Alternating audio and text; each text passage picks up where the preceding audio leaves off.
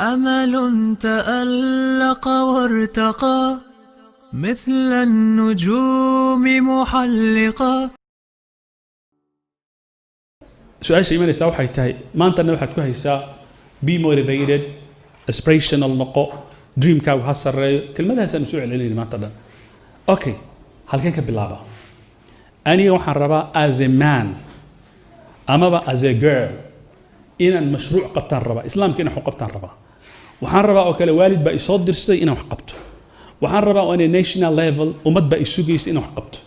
وحربا أنا community level جاليات بانكردش إنه حقبتان ربا where should I start وسؤال شنو أقوم يسوي هذا بقى أقول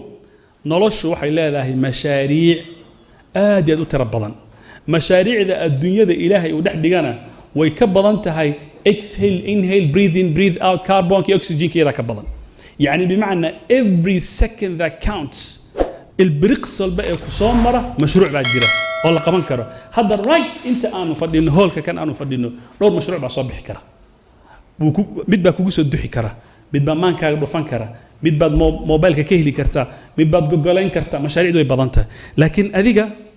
ما أودا مشاريع داس إن بدا قبتين مسه أظن مثلا أقونتي يكرتدي لوجا بحيلها أنا لهين مياد لا أنا وحرب إن نختار إسكان نقضه ما حد كون نقانا إسا أيو in the way وضد ما كنت أجنت وحرب إنجينير وضد ما كنت أجنت وحرب إسكالر عالم بان نقانا وضد ما كنت أجنت قفل بودولي هذا مشاريعنا هالكيك باللابن marka aan inta aanan aadinba tan materialka iyo secularka inta aanan aadin tan diinta u soo laabo maanta right now aan wada hadlayno qof walbaba meel ba u fudud cibaadada markay taaganta qof baa soonka u sahlan yahay soonka waxba kala ma aha laakiin nooca ma salatu leelka waa kugu adag qof baa markii wax la bixiyo la yiraahdo jeebka iyo gacanta ay si qaanaan markii soo dafay ninna bunduqu baasha ku ilaaliya in marka gacantiisa la gooyo maahan ma soo bixina ilaahay amarkiisa waa taagay qofna ma sha Allah quraanki baa ilaahay u sahlay mar walba inuu aqriyo jecel qof baa waxa laga yaabaa ummadda waxa loo qabto markii la yiraahdo war dad baayis war Soomaali baa dhibaatays war mid xad gul lagu xiray nin baa dhaqaaqay dadku isku mid ma adiga marka waxa laga rabaa you need to explore yourself adiga issaahmi dib isugu laaba maxaan ku fiicanahay aniga ada ogaan kara Soomaa marna dadka ku sheegi kara waanu iman doona adiga waxaad ku fiicantahay hadaad aragtid in quraan aqrisku ku sahlan halka kaaga dhigto هداد أركتد إن صلاة الليل كو سهلين هلكا حوجة صار هداد أركتد إنه صانك كو سهلين هلكا حوجة صار ماشى أجزلا هاي محيالة أعمال شوي بدنت مشاريع دوي بدنيهن أديك أنا قف باتا individual مو ذا كوبي كرتد أديك هذا والله ما بد يعني وحتى هلق مشروع بعد قمان كرتا مدون هكذا نكتو ولذلك نن دتكي هرا كم يدها يجو صوفيدي مسجد كالنبي صلى الله عليه وسلم ضع كم إذا أنت إسكفريسين إسكوردي جري باوحو جعلاضي إن الإمام مالك ولحظة الإمام مالك هو واي أد ما أنت الحديث بان أقرني أقول جستا لدن أنا دريمي كريم بكل حج النبي عبادة تعال عندنا إنه إمو نلا فريسو نلا دمي وحن كجرنا الإمام مالك رمبالك وكجوابي كلمتك قوم وكجوابي يا هذا إن جيس بيري إلهي سبحانه وتعالى سيدا ورزق أقيبي أيوه أقيبي عماش أقيبي the same way sustenance provisions انتظر لو أقيبي هبلنا وانين حولها يستخدمن هبل ومت فقير وحومها يستو هبل إلهي بقيبي عمل كان إلهي بقيبي من الصوم كأسهلا من جهاد كأسهلا من صلاة أسهلا من صدقة أسهلا إلهي بدتك قيبي وعيري هدي أديك إلهي الباب كفر ربي إن المسجد كلا فريستو ما عندنا ليست خشوع أو لورديو أنو الباب كله إلهي يفر ربي الباب كان خير ويكسع أنو نكيج وخير أن سدين بي هل كان وحنا كقاعدنا أنا مركب ما أنت وحنا مرنا هل كأوديه جري نينكي مفكر كمسلم كوحيل إسلامكم ما أنتوا علم بده كبيت احترق قولي جبتي أوكي لا سمح الله ما أنت go forbidden إلهي مسا محقه قاعدة هذا أن كل النهول كان هدي وحون كي ماذا دب if it's on fire دب قبصة مثلا إلهي إنه مكان كدب وحين نقطين ماشي لك على أرضه كل أنو نمبر 1 نقول لها تاد عد سويديني سملا هدي لك على أرضه نول بابا وقولوا بالضفة ننوح أن ميكروفون كان على أرضي أديك وحلا أرضي كاميرا دي 100 كرسي بالضفة gabdhihi jilbaabkooda ilaahay u fududeeyo kaasaba orod u baahan in la qaado nin walba ordaya soo ma okay waxaan isugu nimid plain area meel bannaan aan isugu nimid adiga xaq uma leedin warniyo adoo arkaya kameradii maxaa microphone-ka ku raaciyay kan kalena ima dhigi war microphone-kaaga ma ahane meeshan mobilada dadka asraar baa ugu jirta mid kursiga maxaa u qaadi weysa xaq uma leedin maxaa yeelay waxaan ku jirnay critical moment daqiiqad iyo waxaana soo maray xilli aad u adag nin walba wuxuu badbaadin karo badbaadinaya right now islaamku wuxuu maraya in that situation xaaladaasaan hadda ku jirnaa wuxuu u baahan yahay gurmad degdeg u baahan yahay maxaa yeelay meel kastoo la milicsado dhiigga daadanaya muslim weeye dad kastee la gumaadaya waa muslimiin dadka illiterate-ka ama illiterate rate-ka ama dadka waxba aanan qori karin waa muslimiin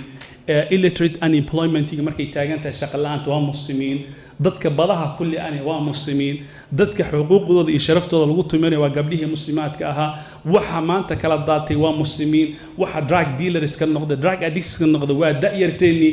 waxayna sugayeen thousands let me say millions of projects oo nolosha ka mid innagana waxaa laga yaabaa inaan ka fakara un keliya wixii caloosheeda geli lahaa iyo meeshaan seexan lahaa that's it sida masaaridu ay dhahaan mahmahdooda ana bacdi duufaan aniga keliya wixii iga soo haray soo ma duufaanka allah raacsiiyey buu ku leeyahay haddii marka qofku uu noqdo selfish anani aniga bas ana ay soo harto ummad way la'aanaysa halkaa marka waxaan u baahanaa inaan tilmaano howl badan ba ina sugaysay hawshaas sidii aan ugu gurman lahayn aan ula nimaano haddaba mashaariicdu way badan tahay ninba waxaa laga yaaba mashruuciisu inuu tijaari businessman inaan noqdo midba waxaa laga yaaba inuu yidhaha anigu inaan wax bartaan rabaa badanaana innaga haddaan Soomaali nahay ilaa blakac uu ugu badan yahay yani waxaasaan rabaa inaan noqdo markii on the reality ground marka la soo gaaro oo la yidhaha wixii laga soo baxana lagama soo baxo hadda dad badan oo Yurub nala jooga nin walba markaad wareysid wuxuu ku leeyahay sheekh marka ilmani waxaan u imid meesha wax baran islaha wax barashan su'aal aw wax barashadii wali luqadii ma baran wali jaamacadii ma tagin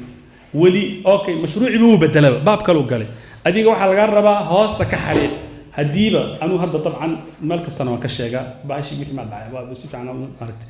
waa isdiyaari la socda hadda mashaariicdu way badan yihiin mashaariicdu ciidaasay ka badantay wax ka saadhici kara saadartii hoosta hadda ka xariiqo anuguna dabcan waan la ballamay markaan Afrika imaado waxaan iri yaan la bixin dadka ma dhahayo maxay hadda ka hor baa nin sheekh oo saaxiibkay intuu ka yimid Canada wuxuu yiri Yurub ma baadi kartaan raggi waxay noqdeen raggi waa la aroosay dumarka la aroosay wuxuu tilmaamay marka wuxuu islaha dadka ka celi sheekh wuxuu horta adii baasaboorkaaga aniga igu wareeji marka kadib hadal buu yiri horta markaas kadib ma hadal marka aniga hadda baasaboorkayga jeebka ugu jira in hadal ma rabo saadarteed waxaan leeyahay kullayba waa tagi doontaa group 6 hal gaara marka tagtid hadda hoos wax ka xariiqo wixii aad samayn lahayd oo aniga kaan noqonin iska soo warwareeg kadibna soo laaba maalmaha la joogaysan noqonin mawduucaas waa mawduuc muhiim qofku inuu marka calaamadaysto waxa kale oo idin sheegaya haddana waxaa jira some sort of potentiality awood baa kugu jirta adiga aadan ogeyn qof kasta wax buu ogyahay laakiin adiga yani awood buu leeyahay yaraanta in itself lafsadeedaaba waxay tahay awood socod waxbaa kugu beeran waxbaa ku saaran injiin baa ku saaran adigu isma ogid waliyalig waan ognahay meel kastoo la tago Soomaalida jaamacadahay ka muuqdaan working place meelaha shaqaday ka muuqdaan marka hadda baarlamaanadii bay galeen leadership-kay galeen waa dad Ilaahay subxaanahu wa ta'ala u nicmeeyay maskaxdooda aad bay runtii u sarreysaa xogaa inkastoo waalidna lagu xanto xogaa yar qacayina nahay xogaa iska jirtaa taas maxay la Malaysia joogay